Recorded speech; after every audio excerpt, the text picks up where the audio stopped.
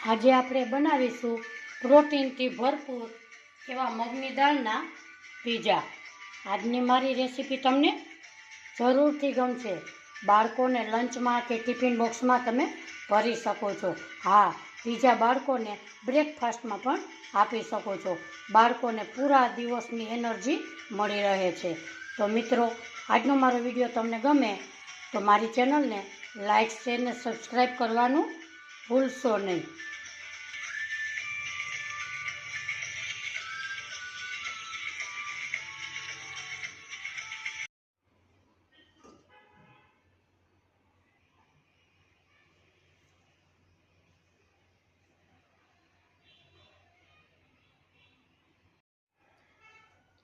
હાલો friends, કેમ છો બધા? મજામાં? આજે આપણે બનાવીશું મગની દાળના પ્રોટીન એકદમ સરસ ટેસ્ટી એવા પીઝા। સૌ પ્રથમ અહીંયા મેં 1 કપ નાનો મગની દાળ લીધેલી છે। હવે આપણે 3 પાણીએ ધોઈ નાખીશું। આપણી દાળ અહીંયા 3 પાણીએ, ચોખ્ખા પાણીએ સરસ ધોઈ દીધું છે। હવે આપણે આમાં 1 ગ્લાસ પાણી નાખીશું અને અડધી કલાક એકદમ સરસ પલળવા દેશું। અહીંયા આપણે 1 કલાક જેવું થઈ ગયું છે। હવે આને આપણે પાણી કાઢી લેશું। અહીંયા આપણે દાળમાંથી પાણી હટાવી લીધું છે। હવે આપણે એક મિક્સર જાર લેશું। એમાં આપણે બધી દાળને ઉમેરી દેશું।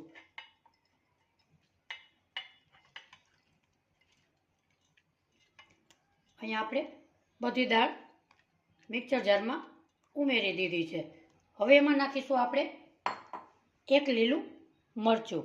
તમે તીખું કે જેવું ખાતા હોય એવો ઉપયોગ કરી શકાય છે। અહીંયા 2 આદુના ટુકડા લીધા। હવે આપણે 1 કપ મગની દાળ લીધી, એની સામે ચોથા ભાગનું પાણી ઉમેરીશું। હવે આપણે એકદમ સરસ પેસ્ટ બનાવી લેશું। અહીંયા આપણે એકદમ સરસ બારીક પીસાઈ ગયું છે। હવે આપણે એક બાઉલ લેશું અને એમાં આપણે પેસ્ટને ઉમેરી દેશું। અહીં આપણે બધી પેસ્ટ ઉમેરી દીધી છે। હવે આપણે નાખીશું 3 ચમચી સૂજી। અહીં આપણે 3 ચમચી સૂજી ઉમેરેલી છે। સ્વાદ પ્રમાણે મીઠું ઉમેરીશું। એને આપણે મિક્સ કરી લઈએ। અહીંયા આપણે એકદમ સરસ મિક્સ થઈ ગયું છે। હવે આપણે નાખીશું 1 નાની ચમચી બેકિંગ સોડા। એને પણ એકદમ સરસ આવી રીતે મિક્સ કરી લઈએ। આપણું બેટર એકદમ સરસ તૈયાર થઈ ગયું છે। હવે આપણે ગેસ તરફ જઈએ।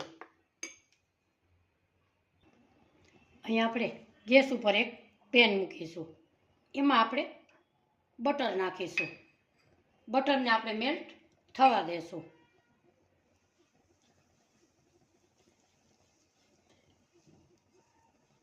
અહીંયા આપણે બટર એકદમ સરસ મેલ્ટ થઈ ગયું છે। ગેસની ફ્લેમ હંમેશા ધીમી રાખીશું। હવે આપણે આવી રીતે બેટરને નાના નાના પીઝા એવા આપણે પાથરશું। તમે આ પીઝા ચોક્કસથી બનાવજો અને તમારા બાળકોને હેલ્ધી એવા પ્રોટીન પીઝા બનાવીને તૈયાર કરી દેજો। આવી રીતે આપણે હવે 1 સેકન્ડ એને પકાવવા દેશું।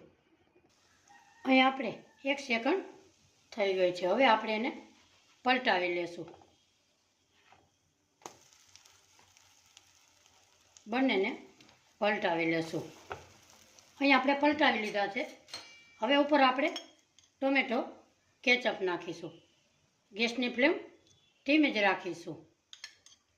અહીંયા તમે માયોનીઝ કે ટોમેટો કેચઅપ, શેજવાન ચટણી કોઈ પણ ઉમેરી શકો છો। હવે અહીંયા આપણે થોડી શેજવાન ચટણી નાખીશું।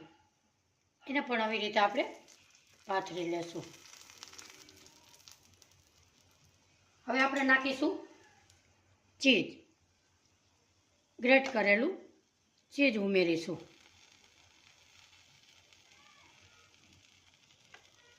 અહીંયા આપણે થોડું થોડું ચીજ ઉમેરી દીધું છે. હવે આપણે નાખીશું બાફેલી મકાઈ, કેપ્સિકમ અને ટમેટું.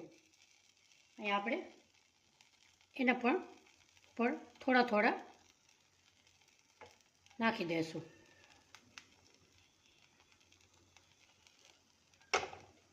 ગેસની ફ્લેમ ધીમી રાખીશું.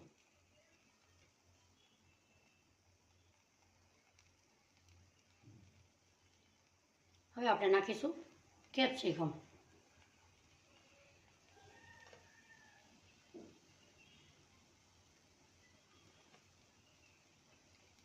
એની માથે નાખીશું ચીઝ.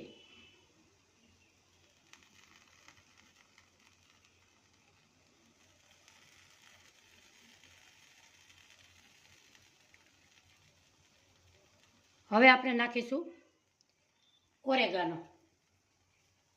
થોડો થોડો આવી રીતે ઓરેગાનો ઉમેરીશું. ઉપર નાખીશું ચીલી ફ્લેક્સ.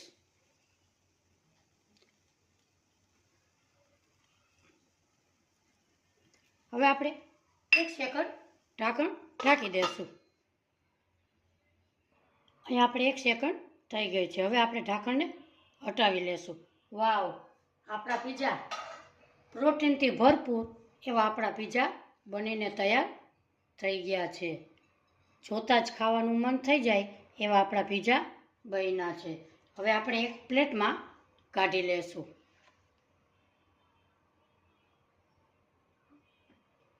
બીજા પણ આવી રીતે આપણે બનાવી લઈએ.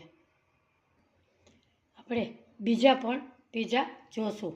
વાવ, આપણા પીઝા એકદમ સરસ ટેસ્ટી એવા પ્રોટીનથી ભરપૂર રેડી છે. હવે આપણે મિત્રો, આજની મારી હેલ્ધી પ્રોટીન એવી પીઝાની રેસીપી તમને ગમી હોય તો લાઇક, શેર ને સબસ્ક્રાઈબ જરૂરથી કરજો. કોમેન્ટ બોક્સમાં જરૂરથી જણાવજો આજની મારી રેસીપી તમને કેવી લાગી. કયા શહેરથી જુઓ છો એ પણ મને જણાવજો. એ જોઈને મને ખૂબ જ આનંદ થશે.